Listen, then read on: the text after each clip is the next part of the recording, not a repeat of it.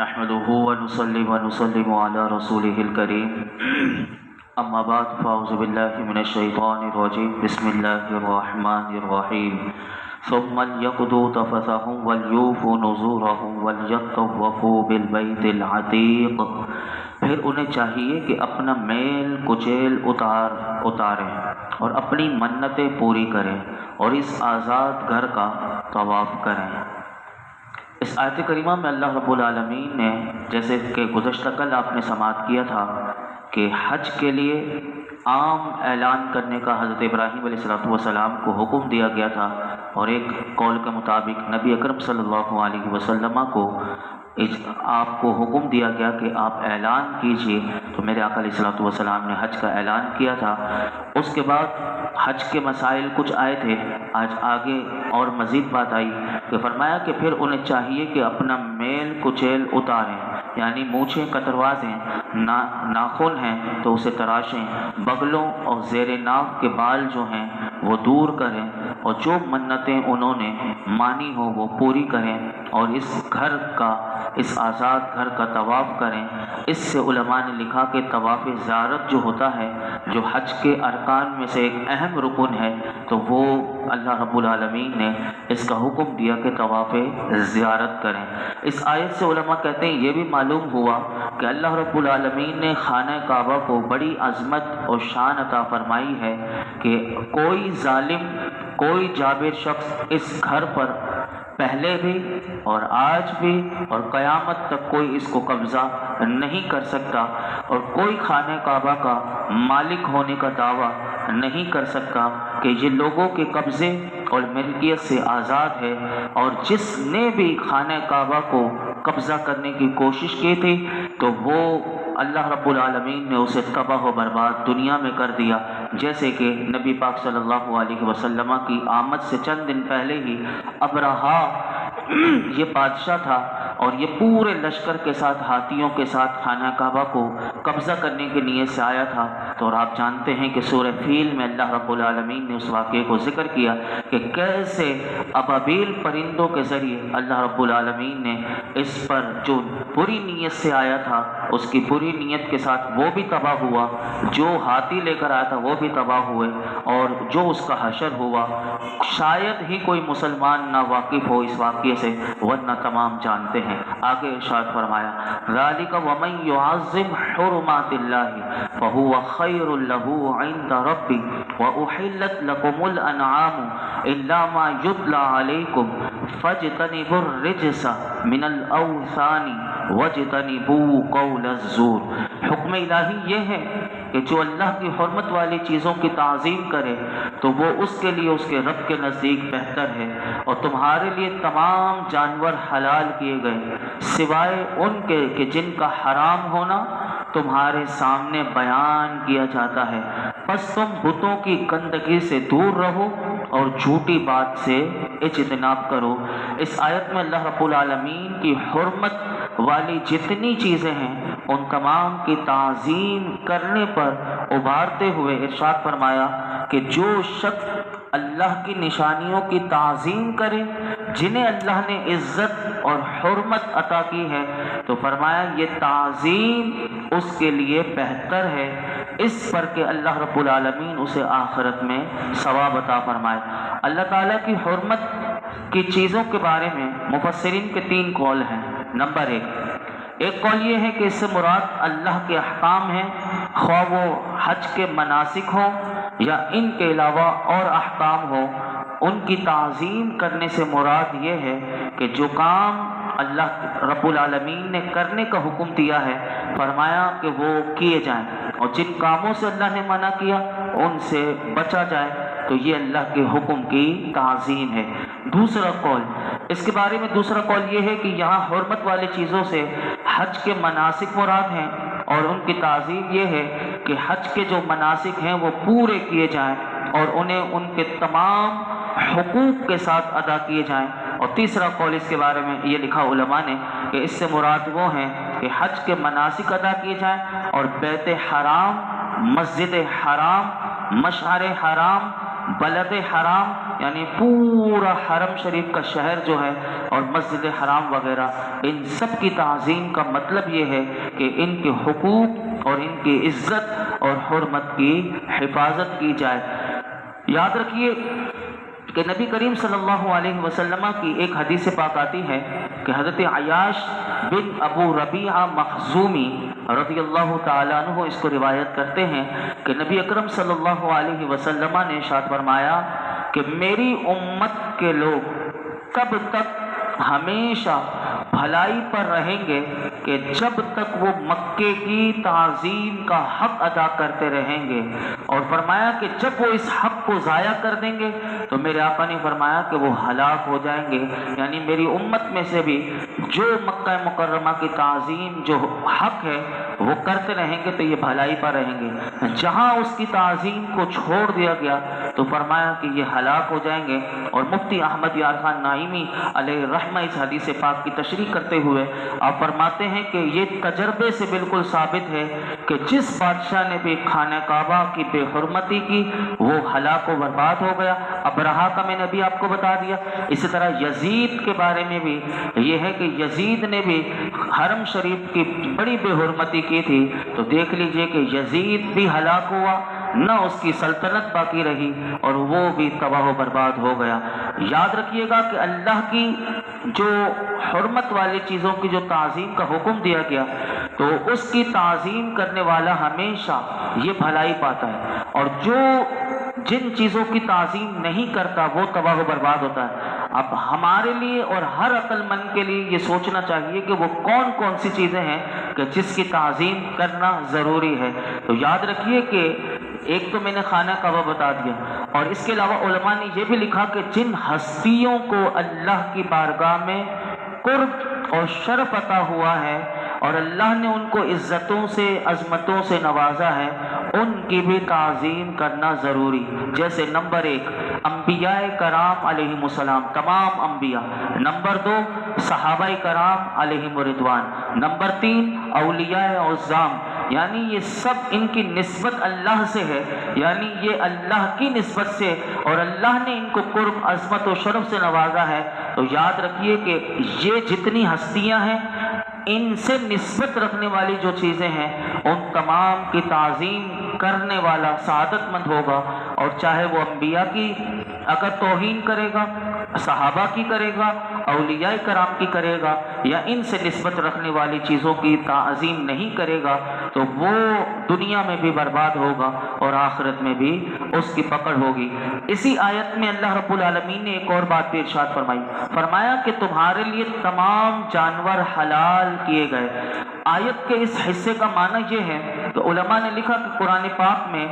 جن جانوروں کا حرام ہونا اللہ رب العالمین نے تمہارے سامنے بیان کر دیا، فرمایا اس کے علاوہ جتنے جانور ہیں وہ تمہارے لیے حلال ہیں، لہٰذا تم انہیں شرعی طریقے سے ذبح کر کے کھاؤ، اور تم اللہ کے حدوں کی حفاظت کرو، اور اس نے جو چیز حلال فرمائی ہے اس کو حرام قرار نہ دو۔ جیسے کہ کفار مکہ جو حضور کی آمد سے پہلے بھی اور حضور کے زمانے میں وہ ایک بحیرہ اور صائبہ یہ جانور تھے، اس کو یہ حرام قرار دیتے تھے اور یہ کہتے تھے کہ یہ حرام ہے، حالانکہ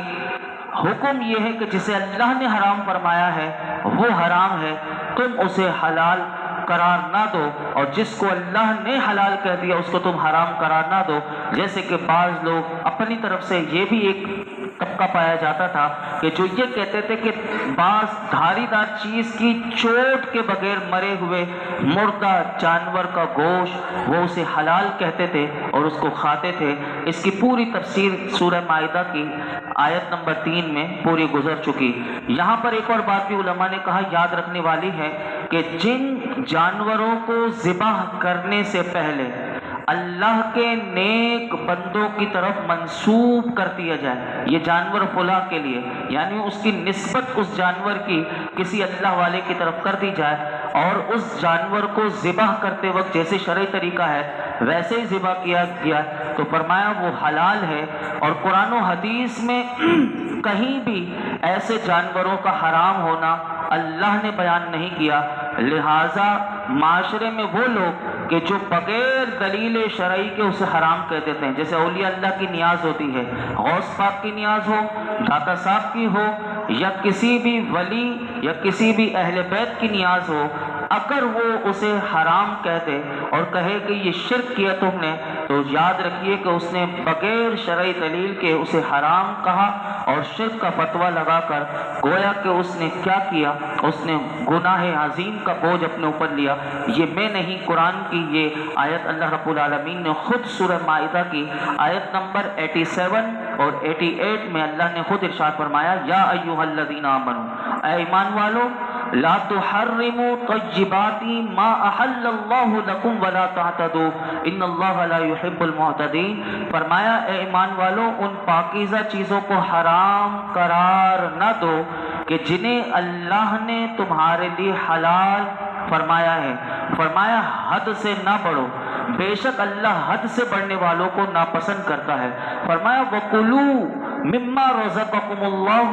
حلالا طیبا واتقوا اللہ الذی انتم بہ مؤمنون۔ اور فرمایا جو کچھ تمہیں اللہ نے حلال پاکیزہ رزق دیا ہے اس میں سے کھاؤ اور اس اللہ سے ڈرو کہ جس پر تم ایمان رکھنے والے ہو۔ اگر کوئی کہتا ہے کہ یہ کھانا حرام ہے تو اس سے دلیل مانگی جائے گی قرآن و حدیث میں کہ بتاؤ کہاں اللہ نے لکھا ہے کہ یہ حرام ہے، کہ یہ نیاز ہے یا کسی اللہ والے کی طرف اس کو منسوخ کیا گیا تو یہ حرام ہو گیا۔ تو دلیل سامنے والا دے گا، نہ کہ ہم دیں گے۔ تو یہ قرآن نے خود بتا دیا کہ جس کو اللہ نے حلال کر دیا وہ حلال ہے۔ اسی طرح حضرت سلمان رضی اللہ تعالی عنہ روایت کرتے ہیں کہ رسول اللہ صلی اللہ علیہ وسلم نے ارشاد فرمایا، حلال وہ ہے کہ جسے اللہ نے اپنی کتاب میں حلال فرمایا، اور فرمایا حرام وہ ہے کہ جسے اللہ نے اپنی کتاب میں حرام فرمایا، اور فرمایا جس سے خاموشی اختیار فرمائی تو وہ معاف شدہ چیزوں میں سے ہے۔ یہ حدیث پاک آپ یاد رکھیے گا کہ یہ بہت کام آئے گی۔ اور آگے اسی آیت میں یہ بھی فرمایا، فَاجْتَنِبُوا الرِّجْسَ مِنَ الْأَوْثَانِ، پس تم بتوں کی گندگی سے دور رہو۔ یعنی بتوں کی گندگی سے دور رہنا یعنی اس کی پوجا کرنا۔ جو بتوں کی پوجا کرتے ہیں تو کہا کہ وہ بدترین گندگی میں اپنے آپ کو آلودہ کرتے ہیں، اور فرمایا جھوٹی بات سے اجتناب کرو۔ جھوٹی بات کیا ہے؟ قرآن نے کہا کہ جھوٹی بات سے اپنے آپ کو بچاؤ۔ تو اس کے بارے میں بھی 3 قول ہیں۔ نمبر 1، جھوٹی بات سے مراد یہ ہے کہ اپنی طرف سے حلال کو حرام کر دینا اور حرام کو حلال کر دینا، یہ جھوٹی بات میں آتا ہے، یہ علماء نے اس کو لکھا۔ نمبر 2، جھوٹی بات میں ایک قول یہ بھی آتا ہے کہ جھوٹی گواہی دینا، یہ بھی جھوٹی بات ہے۔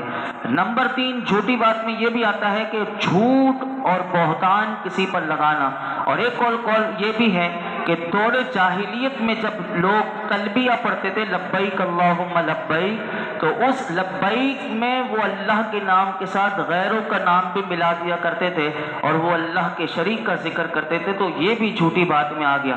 یاد رکھیے کہ جو معاشرے میں جھوٹی گواہی دیتے ہیں اور جھوٹ بولتے ہیں ان کے لیے کتنا بڑا پیغام میرے آقا دے رہے ہیں، سنیے۔ بس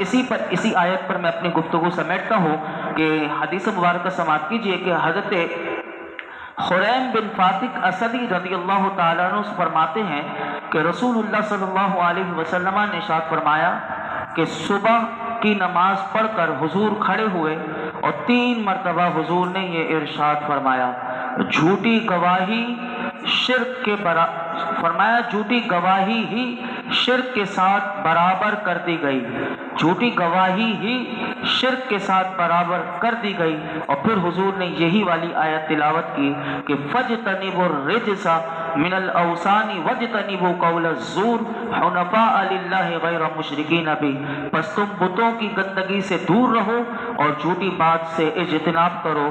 ایک اللہ کے لیے ہر باطل سے جدا ہو کر اس کے ساتھ کسی کو نہ شریک ٹھہراؤ۔ اسی طرح جو جھوٹی گواہی دے دیتے ہیں، جیسے جھوٹے گواہ معاشرے میں مل جاتے ہیں، آپس میں بھی جھوٹی گواہی ہم بھی دے دیتے ہیں، تو ان لوگوں کے لیے کیا فرمایا؟ حضرت عبداللہ بن عمر رضی اللہ عنہما سے روایت ہے کہ رسول اللہ صلی اللہ علیہ وسلم نے ارشاد فرمایا، جھوٹے گواہ کے قدم ہٹنے بھی نہ پائیں گے یعنی جس نے کسی کے لیے جھوٹی گواہی دینے کے لیے چلا گیا تو حضور فرماتے ہیں اس کے قدم ہٹنے بھی نہ پائیں گے کہ اللہ اس کے لیے جہنم کو واجب کر دے گا۔ اللہ اکبر۔ اور حضرت معاویہ بن حیدر رضی اللہ تعالیٰ عنہ سے روایت ہے کہ نبی اکرم صلی اللہ علیہ وسلم نے ارشاد فرمایا اس کے لیے ہلاکت ہے کہ جو لوگوں کو ہنسانے کے لیے جھوٹی بات کرتا ہے، فرمایا اس کے لیے ہلاکت ہے، اس کے لیے ہلاکت ہے۔ لوگوں کو ہنسانے کے لیے بھی جھوٹ نہیں بول سکتے۔ اور حضرت ابو بکر رضی اللہ تعالیٰ عنہ صدیق اکبر فرماتے ہیں اے لوگوں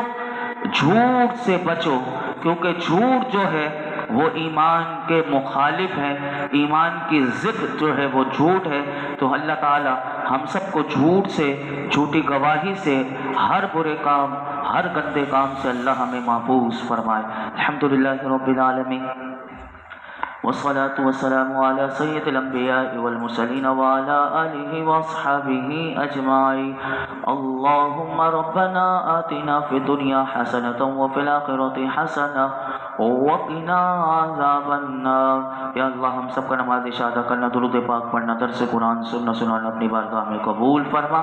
رب کریم قرآن حکیم کا فیضان عطا فرما، اس کا نور عطا فرما، اس کی برکتیں، رحمتیں، عزتیں ہمیں عطا فرما۔ مرتے دم تک قرآن حکیم کے ساتھ وابستہ رہنے کی توفیق عطا فرما، اس کو سمجھنے، پڑھنے، پڑھانے، سیکھنے، سکھانے، عمل کرنے، اپنے گھر والوں کو بھی اس کا پیغام ہمیں دینے کی توفیق عطا فرما۔ ہمارے گھر والوں کو بھی قرآن حکیم سے الفت و محبت عطا فرما، ہمارے گھر والوں کو بھی قرآن سمجھنے والا بنا دے۔ ہم سب کو یا اللہ با عمل، با اخلاق، با حیا بنا دے۔ ہر قسم کے شریروں کے شر سے بچا لے اللہ، ظالموں کے ظلم سے بچا لے، بغض کینہ رکھنے والوں سے بچا لے یا اللہ، جادو ٹونے نظر بد سے محفوظ فرما یا اللہ۔ آج تک جتنی دعائیں کی ہیں آئندہ کریں گے سب دعاؤں کو قبول فرما۔ یہ جتنے حاضرین موجود ہیں سب کے اٹھے ہوئے ہاتھوں کی لاج رکھ لے۔ وصلی اللہ تعالی علی خیر خلق محمد وعلی آلہ وصحبہ اجمعین۔